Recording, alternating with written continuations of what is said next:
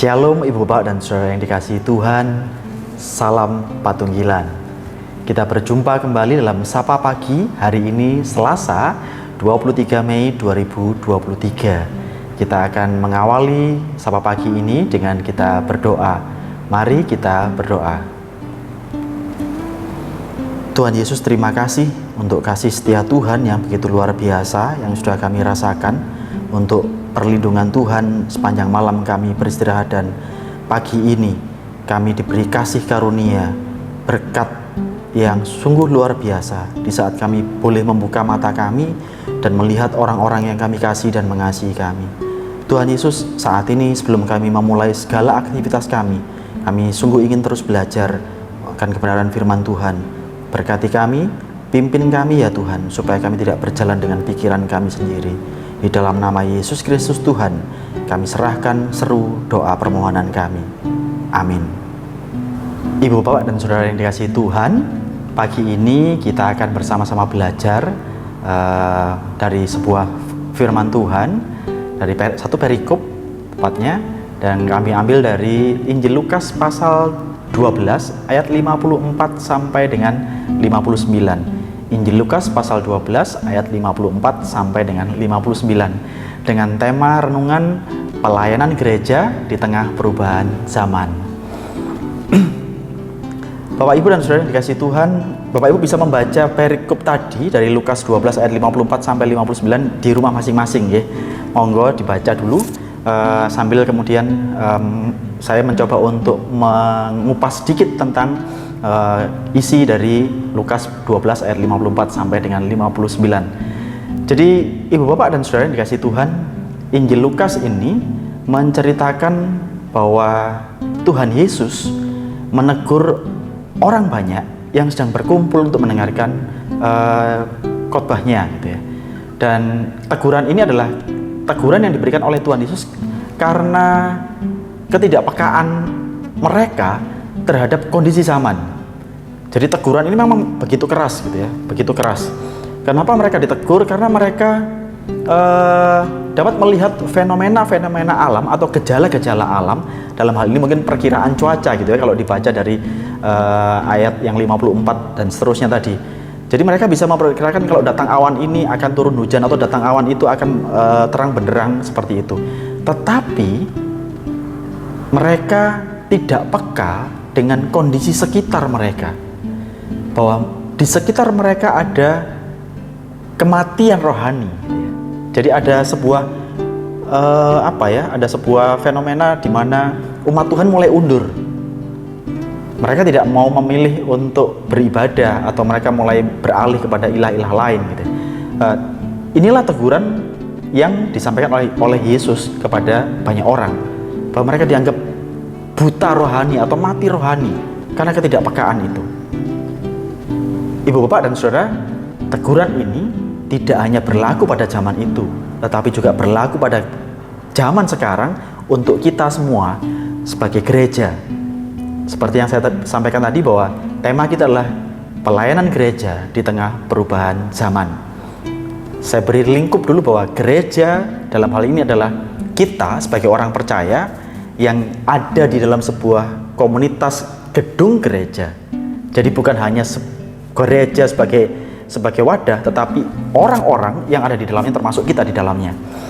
Bapak, Ibu, dan Saudara, itu sekilas tentang bacaan kita dari Lukas pasal 12 ayat 54 sampai dengan 59. Ibu, Bapak yang dikasihi Tuhan, dan saudara-saudara yang dikasihi Tuhan, kita hidup di dunia ini pasti akan terus mengalami sebuah perubahan, dan perubahan itu akan terus bergulir, berjalan seiring waktu.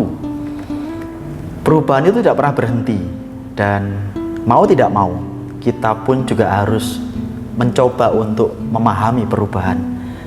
Perubahan zaman ini dalam tanda kutip memaksa gitu ya. Perubahan di zaman ini dalam tanda kutip memaksa gereja untuk ikut berubah. Berubah dalam artian adalah beradaptasi agar gereja tidak tersingkir dan tetap dapat menjalankan fungsinya di dunia. Arus perubahan zaman tidak akan pernah bisa dihentikan oleh siapapun atau kekuatan apapun, Bapak Ibu dan Saudara kasih. Jadi perlu diingat bahwa saat kita hidup, kita akan mengalami sebuah perubahan-perubahan dari zaman ke zaman. Bagaimana cara gereja dalam menghadapi perubahan zaman? Di sepanjang sejarah gereja, setiap zaman selalu memiliki ciri yang menonjol. Sekali lagi saya katakan, di sepanjang zaman gereja, sejarah gereja, setiap zaman pasti memiliki ciri yang menonjol. Saat ini, di saat kita hidup di zaman ini, perubahan atau ciri yang menonjol adalah kita hidup di era informasi digital yang luar biasa cepat dan bebas. Cepat dan bebas. Informasi digital yang cepat dan bebas. Arus informasi yang sangat pesat membuat banyak orang memilih untuk memilih untuk tidak fokus atau fokus dalam kehidupannya itu menjadi terombang-ambing gitu ya. Mana yang benar, mana yang salah, mana yang sopan, mana yang tidak sopan, mana yang baik, mana yang buruk, seperti garis abu-abu. Ibu bapak dan saudara dikasih Tuhan, arus nilai dunia yang begitu kuat membuat banyak orang bimbang dalam memilih, terutama informasi.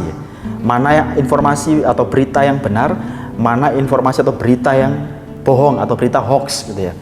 Apalagi sekarang menjelang musim atau periode kampanye pemilihan presiden.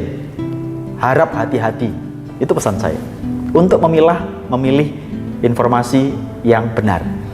Nah, ibu bapak dan saudara dikasih Tuhan, ada orang-orang atau komunitas-komunitas tertentu yang mungkin menolak kemajuan teknologi dan terus kemudian melanjutkan gaya kehidupan dengan gaya yang lama. Dalam hal ini sekali lagi kita berbicara tentang gereja ya.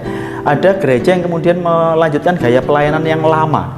Tetapi ada orang atau gereja yang kemudian memanfaatkan kemajuan teknologi untuk membuat sebuah kemajuan, membuat pelayanan itu menjadi lebih efektif, lebih mengena bagi umat yang ada di dalam gereja tersebut. Contoh sederhana, pandemi kemarin, ketika COVID-19 melanda, kita digempur dengan begitu hebat, banyak orang yang kemudian terjangkit dan menjadi sebuah wabah yang kemudian menjadi sebuah pandemi di seluruh dunia. Dan tiba-tiba ibadah yang semula tatap muka menjadi ibadah yang via Zoom, gitu ya, lewat Zoom atau YouTube. YouTube sebuah teknologi yang mungkin masih asing buat kita untuk mengikuti sebuah ibadah, tetapi beberapa gereja sudah lebih dahulu menggunakan YouTube untuk metode pelayanannya. Dalam hal ini GKJW sebagai sebuah gereja kemudian mulai mengikuti perubahan-perubahan itu untuk menyampaikan pesan-pesan kehidupan yang ditujukan untuk warga yang secara fisik kita sudah tidak bisa bertemu lagi.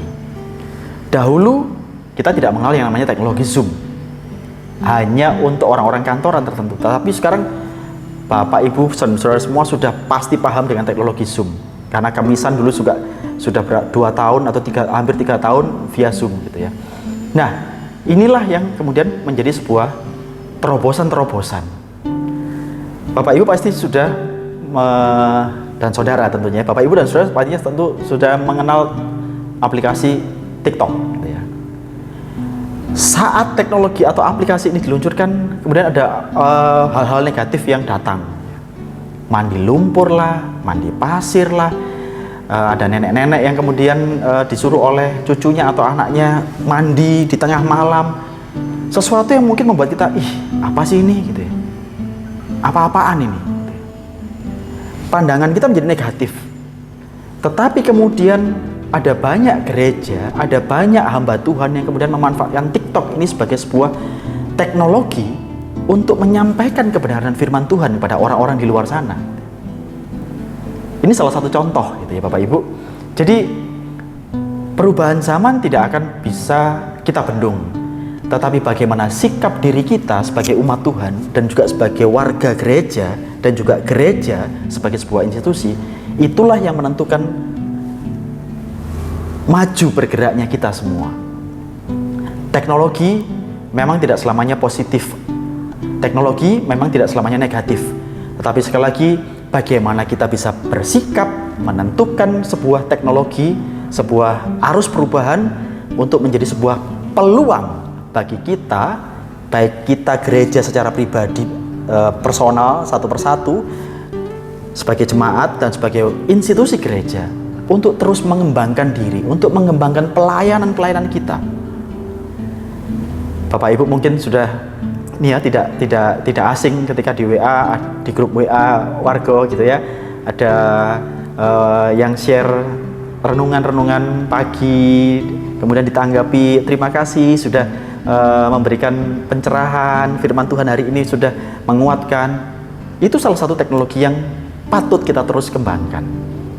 Hari ini kita sebagai gereja dituntut untuk bisa terus melakukan pelayanan-pelayanan dengan penuh terobosan-terobosan yang luar biasa di tengah kemajuan-kemajuan atau di tengah perubahan zaman yang luar biasa.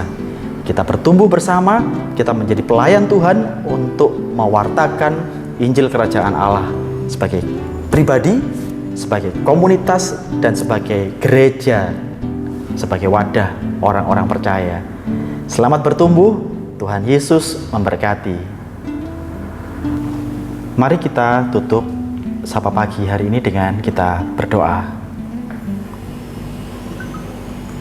Tuhan Yesus, kami mengucap syukur untuk renungan pagi yang singkat ini, di mana kami boleh terus belajar untuk menjadi orang-orang, manusia-manusia yang percaya kepada Tuhan, yang peka terhadap keadaan sekitar kami. Tuhan, kami sebagai bagian dari Gereja Kristen Jayawetan, kami warga jemaat yang ada dalam Gereja Kristen Jayawetan ini, kami boleh menjadi warga yang peka untuk memperhatikan sesama kami. Kami Tuhan sungguh memohon pertolongan-Mu.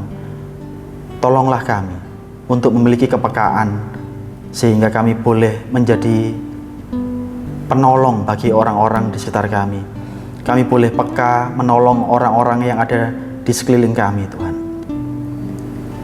kecepatan perubahan zaman biarlah membuat kami juga menjadi manusia yang terus berinovasi, mengembangkan diri kami, dan juga sebagai komunitas gereja kami boleh melakukan pelayanan-pelayanan yang penuh terobosan-terobosan di tengah gempuran perkembangan zaman, gempuran perkembangan teknologi informasi yang ada. Biarlah kami boleh terus melakukan setiap pelayanan ini seperti kami melakukan untuk Tuhan, bukan untuk manusia. Tuhan Yesus, terima kasih. Berkati kami semua. Kami akan melakukan tugas tanggung jawab kami, baik sebagai pribadi maupun sebagai kelompok, di pekerjaan kami masing-masing, dengan peran kami masing-masing, di rumah maupun di kantor, ataupun dimanapun kami berada. Tuhan tempatkan, biarlah kami boleh melakukan tugas tanggung jawab kami sebaik-baiknya. Terima kasih Bapa di dalam surga, di dalam nama Tuhan Yesus Kristus, Tuhan Yesus Sang Penebus kami, Juru Selamat kami serahkan seru doa permohonan kami. Amin.